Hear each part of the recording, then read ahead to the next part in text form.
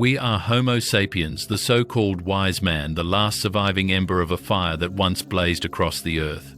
That fire was not just civilization or invention, it was humanity itself. Once the world was home to many kinds of humans, 8 branches growing from the same ancient tree. Each branch was a different experiment of nature, a different answer to the same question. What does it mean to be human? Picture that family tree.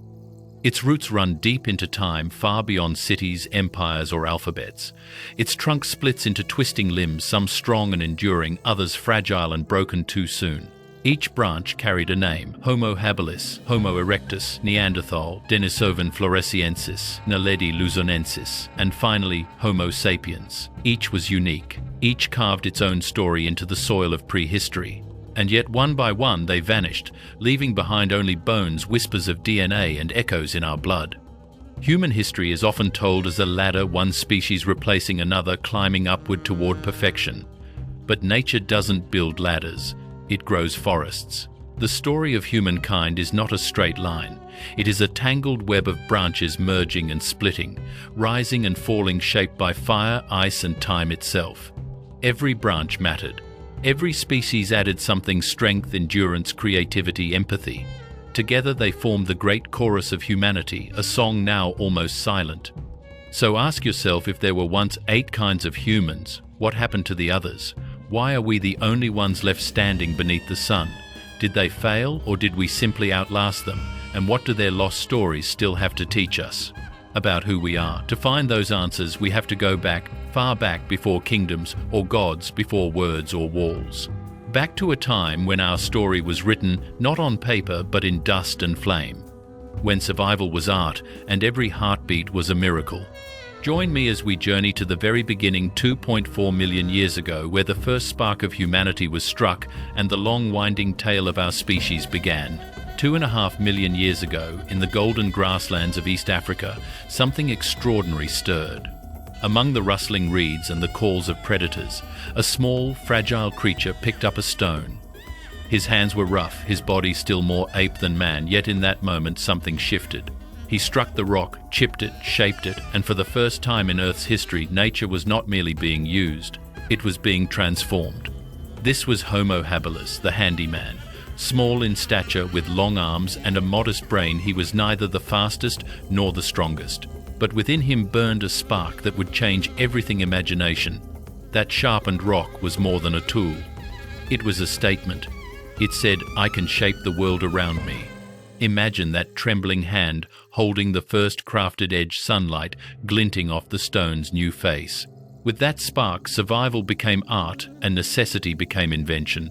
Homo habilis did not conquer nature, but for the first time he began to negotiate with it, carving meat from bone, splitting wood, defending himself from the endless night.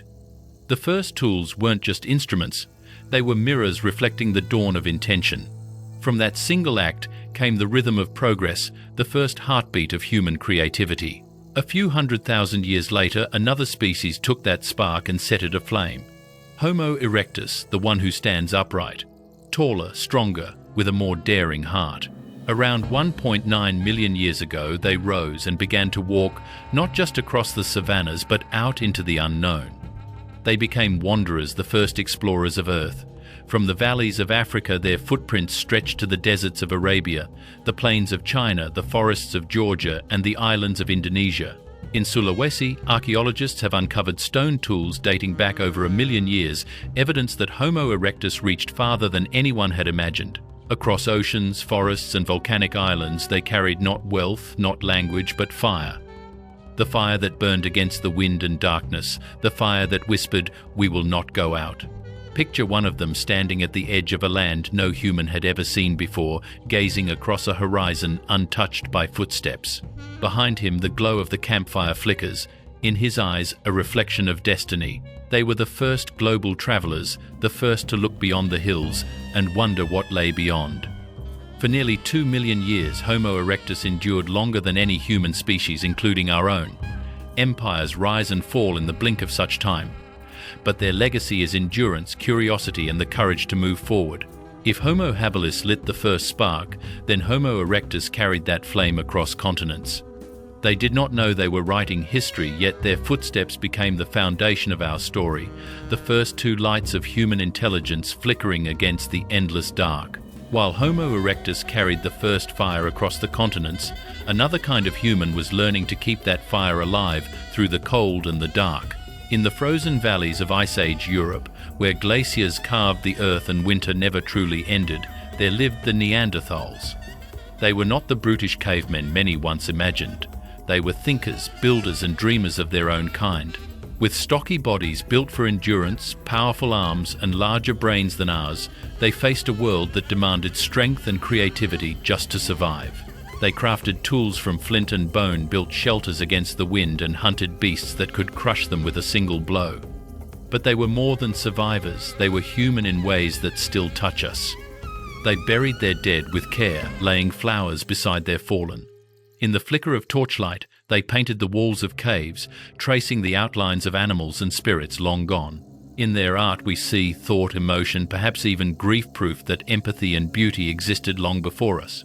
And though they vanished 40,000 years ago, they never truly left. Inside the cells of modern Europeans and Asians, 1 to 2% of their DNA still lingers fragments of ancient strength, endurance and maybe memory. Their blood in some quiet way still flows through ours. We don't just carry their resemblance, we carry their remembrance. But while the Neanderthals thrived in the cold of Europe, another shadowed branch of our family was alive in the East. In 2010, deep within the Denisova cave in Siberia, scientists uncovered a single finger bone, and from it an entire forgotten species emerged, the Denisovans. We have never seen their faces. No complete skeletons, no paintings, only traces of them hidden in the earth and in our genes. Yet we know they were real, powerful and widespread. They ranged from the high plateaus of Tibet to the rainforests of Southeast Asia. They left behind not cities or stories, but DNA woven into the genomes of modern Melanesians and Aboriginal Australians, where up to 5% of their ancestry still whispers from the past. And perhaps the most haunting discovery of all came from that same Siberian cave, the remains of a girl known to science as Denisova 11. She was born to a Neanderthal mother and a Denisovan father, a child of two species, a living bridge between worlds that science once thought separate. Their existence rewrites what it means to be human.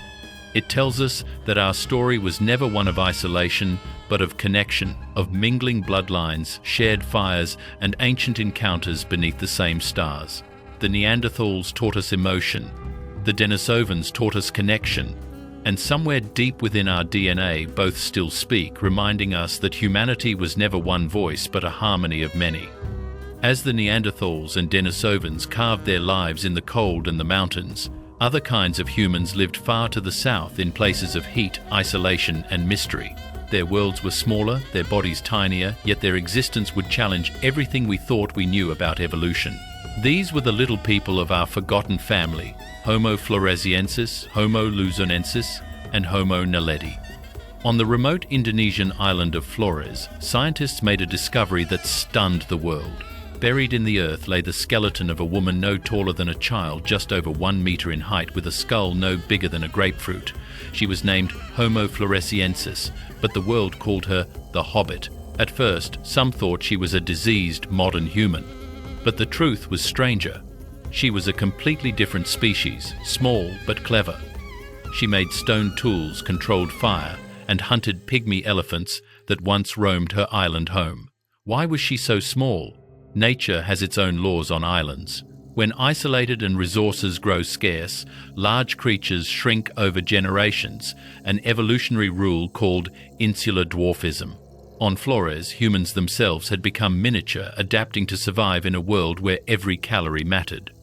What's more astonishing is that Homo floresiensis may have lived as recently as 50,000 years ago, meaning they shared the planet with Neanderthals, Denisovans, and even early Homo sapiens.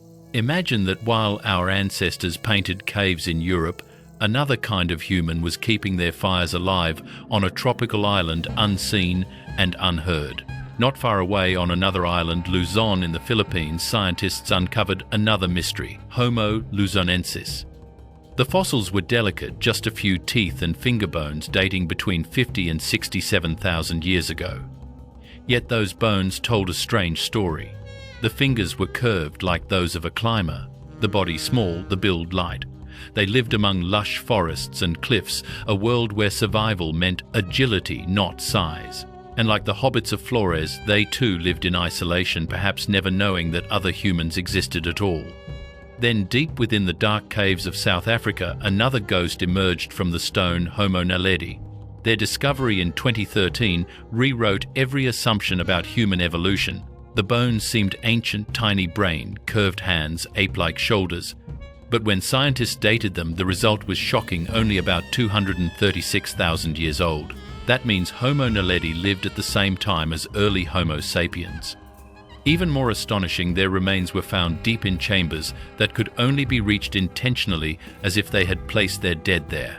Could a species with a brain no larger than an orange understand death ritual and memory? Each of these small, mysterious humans reveals the same truth, that intelligence is not measured by brain size and progress is not a straight line. On isolated islands and in deep caves, life found its own way. Homo floresiensis, Homo luzonensis, and Homo naledi remind us that being human was never one thing but many. They were proof that diversity was our strength, and that every branch, no matter how small, helped shape the great tree of humanity. And then from the great forest of humankinds, a new branch emerged, slender, fragile, and unaware of what it would one day become. Around 300,000 years ago, in the savannas of Africa, Homo sapiens was born. At first, we were nothing special, just one species among many, one small thread woven into the vast tapestry of humanity. We shared the world with Neanderthals in the north, Denisovans in the east, and the tiny island dwellers far away across the seas. The planet was full of humans, different faces, different forms, each finding its own way to survive. So, what made us different? It wasn't strength. The Neanderthals were stronger. It wasn't endurance. Homo erectus had already proven greater resilience. Our gift was something invisible: imagination. We could dream of things that didn't yet exist. We could picture tomorrow, invent stories, and believe in them together. We learned to cooperate not just with family but with strangers, bound by shared symbols, songs, and stories. In that simple miracle of storytelling lay the seed of civilization. Perhaps that was our true advantage. Not sharper tools but shared ideas. Not bigger brains but deeper connections. While others hunted and endured, we built networks of trust painted on cave walls and spoke of spirits and ancestors. We learned not only to survive but to believe, and belief gave us purpose. But our rise came at a cost. As we spread across continents, we met the others, the Neanderthals, the Denisovans, and perhaps even the hobbits of Flores. Sometimes we fought, sometimes we mated, sometimes we simply replaced them without ever meaning to. Their disappearance wasn't a single event, but a long fading of voices, a quiet merging of bloodlines until only one remained. Why did only Homo sapiens endure? Was it luck, a shift in climate, a genetic quirk, or was it something more profound? Our ability to imagine what isn't there, to tell stories, to build meaning from chaos. Maybe we didn't win because we were the smartest. Maybe we survived because we were the most connected. We like to think of ourselves as the victors of evolution. But perhaps we are merely its witnesses, the last ones left to remember. We did not conquer the others, we simply outlasted them. And in doing so, we inherited not triumph but solitude. Evolution was never a ladder to be climbed. It was, and still is, a great and tangled tree, ancient, sprawling, alive. Its roots run deep into the past, drinking from the soil of time. Its branches twist, split, and reach toward every horizon. Some grow thick and strong. Others end abruptly, broken by extinction. And at the very tip of one fragile branch, there is us, Homo sapiens. A single leaf trembling in the wind, not above the tree, but of it. Science now tells us what the ancients could only dream. Evolution wasn't a straight path of progress, but a vast web of crossings and connections of bloodlines that merged, split apart, and found one another again. Neanderthals, Denisovans, Floresiensis, Naledi, they weren't failures. They were experiments in being human. Each tried a different way to survive, to feel, to think. We are not their replacements. We are their continuation. We like to imagine ourselves as the pinnacle, the final act of evolution's play. But the truth is humbler and more beautiful. We are not the winners of a race. We are the survivors of a story still being written. Every breath we take, every thought we form carries within it the echo of those who came before. Their courage, their mistakes, their endurance, all of it lives in us. And if you want to know how close they still are, you don't need a fossil or a gene test. Just watch the light of a campfire flicker in the dark. Every time you strike a spark, craft a tool, hold a child's hand, or look up at the stars and wonder why you are continuing what Homo habilis began over 2 million years ago. You are keeping that fire alive, the same fire that burned in their eyes. So, if you feel that spark, if this story has stirred something ancient inside you, don't let it fade. Carry it forward. Let the forgotten walk again. Subscribe to Prehistoric Shadows, where we give voice to the silent, where we keep their memory burning bright. Because the story of humanity isn't over. The tree still grows. Its branches reach toward tomorrow, and we, every one of us, are the living memory of its endless dream.